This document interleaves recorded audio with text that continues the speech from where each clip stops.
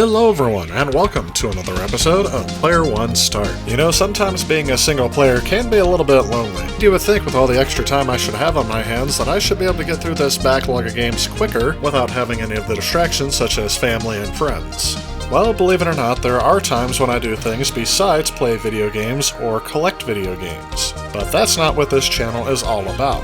In the past 2.5 years since I've started this channel, it seems that I've become involved in a larger group of gamers that also like to share their passion online. However, if I take a look back at my channel at this time 2 years ago, I can really see how far it's come along. Going from a small group of faithful supporters to just a little while ago surpassing 2,000 subscribers. And to mark this occasion, I decided to go ahead and feature something just a little bit different from what I usually do on this channel. I'm still going to be looking for retro games, but I'm actually attending my very first Comic-Con style event. Because I live far away from any sprawling metropolis, and I seldom get the time and opportunity to go to an event like this on a larger scale, I decided to take advantage of an event that was held in one of the local communities around me. And I thought the perfect time to feature this on this channel would be to mark this latest milestone. So without any further delay, let's go ahead and check out my first Comic-Con style event.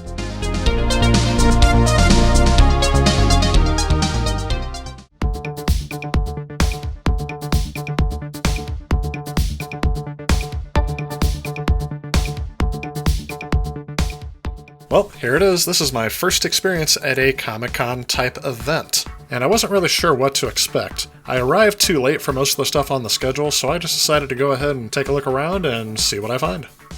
And here's the first part that's already costing me money, so I guess that's worthy of note. Yeah, even though there's like 2 hours left of this event, I decided to get my hand stamped so I can get back in case I leave in those 2 hours.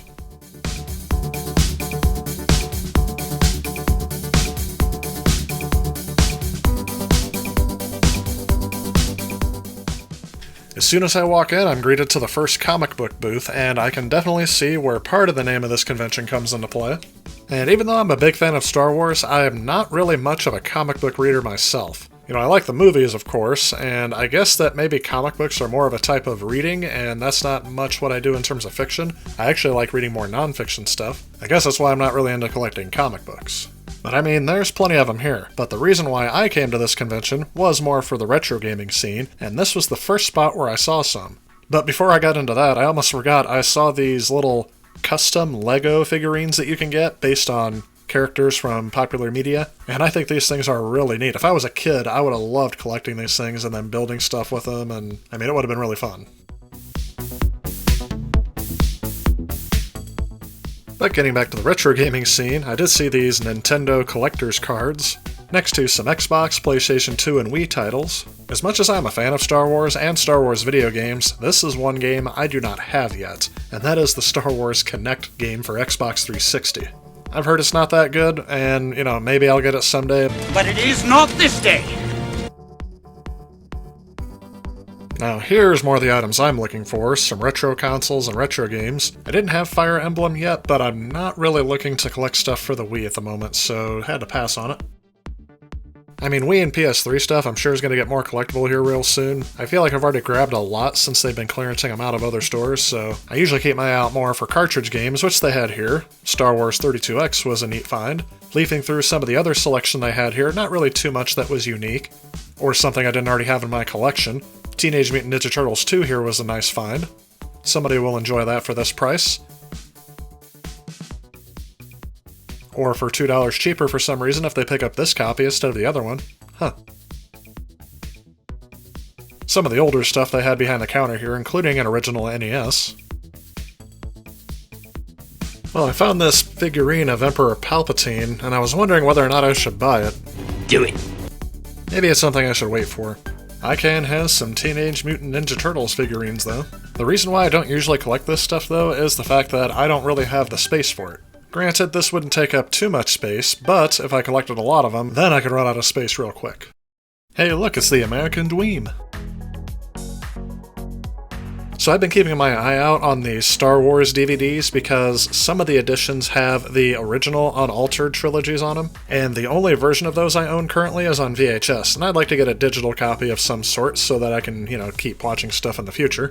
Unfortunately, this was not one of those versions, so I will keep looking. One thing I found really neat about this place was that I was able to meet up with and talk to a bunch of local artists in this area that are making some very beautiful artwork based on some popular media as well as some original creations, which I think are, really good. I kind of see myself as not having an artistic bone in my body because I can't draw to save my life. So I have the utmost respect for those people who are out there, making a living doing this stuff and having fun doing it.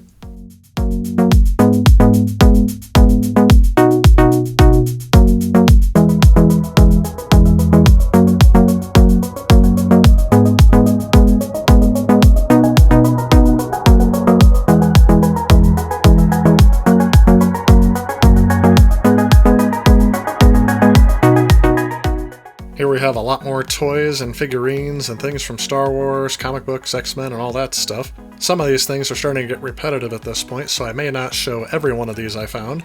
I also used to collect movie posters, which you've probably seen in a few of my videos. I stopped doing so though because of the space that it takes to actually display them, but I don't mind looking at them. All of these shown in the video are original movie posters that this person has collected and is now trying to sell off. It's neat to think about the life that these movie posters have had since they were released. But anyway, before we get to what I actually got from this convention, let's go ahead and take a look around and I'll show you some of the other neat things that were at this convention.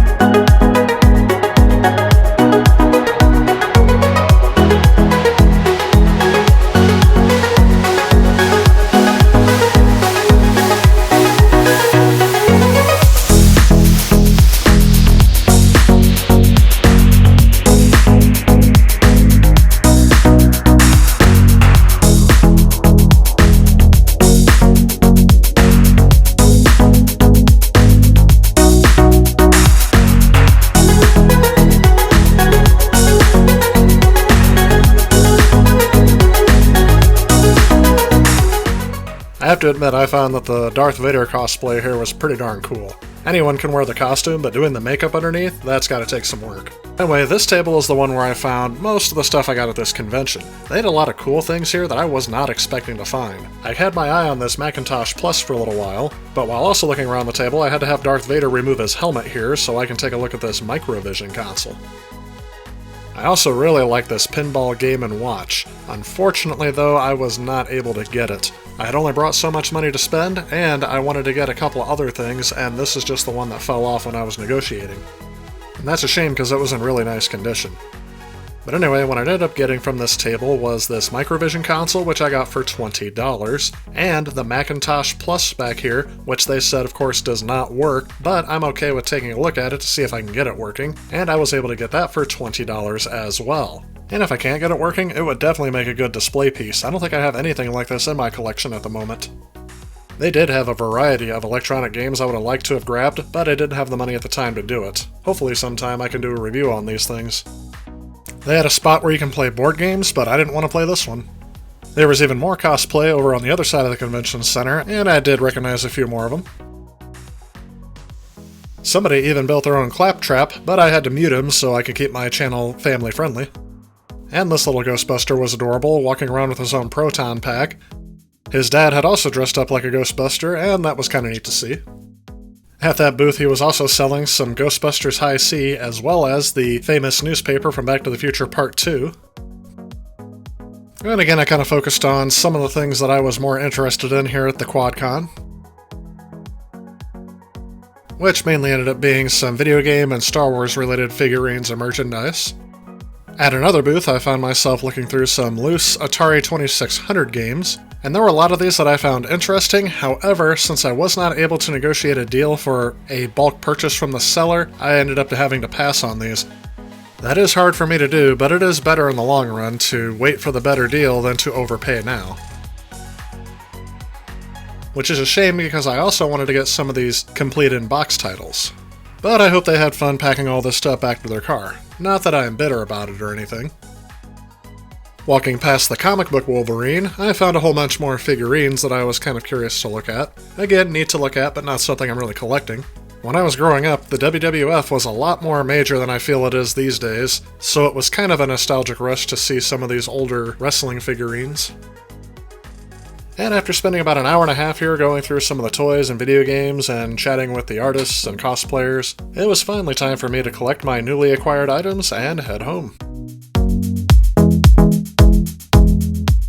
So to tell you the truth, the final damage for this trip wasn't too bad. I only got 2 major items. The first thing was this Microvision console, as well as a couple of complete in-box games.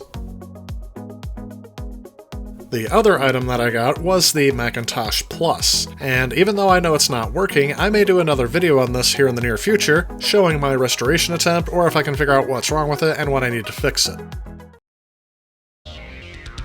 Well, what did I think of my first Comic-Con style event? Well, first I should mention that this event was scaled down because it is a smaller group that puts this on, and this is not in a major city. It's the biggest town in my area, but it's not in a major city like Chicago, San Diego, where the big Comic-Cons actually take place. But to tell you the truth, I like the convenience of it because everything that I look for, such as retro video games, sometimes collectibles, and people who just generally like to talk about this stuff, having all of that in one place kind of to, celebrate our passions about this stuff was actually really nice. And I don't know if I would prefer this to the larger event, but I have the feeling that I would because, since there's not as many people there, you can get to know people a lot better, spend a lot more time in one place. I never really felt like I was pressed for time or, sorry, I would love to look at this longer, but I have to move on to the next booth so we can make it through the whole event, which was very nice. I would definitely consider attending this event again, and it looks like I will have the opportunity sooner rather than later. And it looks like they are taking over a larger venue this year, which is nice that they are expanding on this event. I look forward to attending again, and maybe I'll do another video about it if there is interest on this channel. So go ahead and let me know in the comments below if you'd like to see a follow-up to this video, or I attend the event going on this year. Also, let me know what you guys think if you've attended any of the smaller style or larger style Comic-Con events in your area. I look forward to seeing what your experiences were like as well. But that said, that's actually going to wrap it up for my video on my first Comic-Con type experience. I want to thank you all so much for watching. Thank you again, especially for 2,000 subscribers. Stay tuned because I have more content coming, and I'll see you in the next one. If you like this video and you'd like to help out with future projects on this channel, please consider supporting me on Patreon. Also, if you enjoy the content of this channel, please remember to click on this subscribe button. Again, I want to thank you so much for watching. I'll see you next time.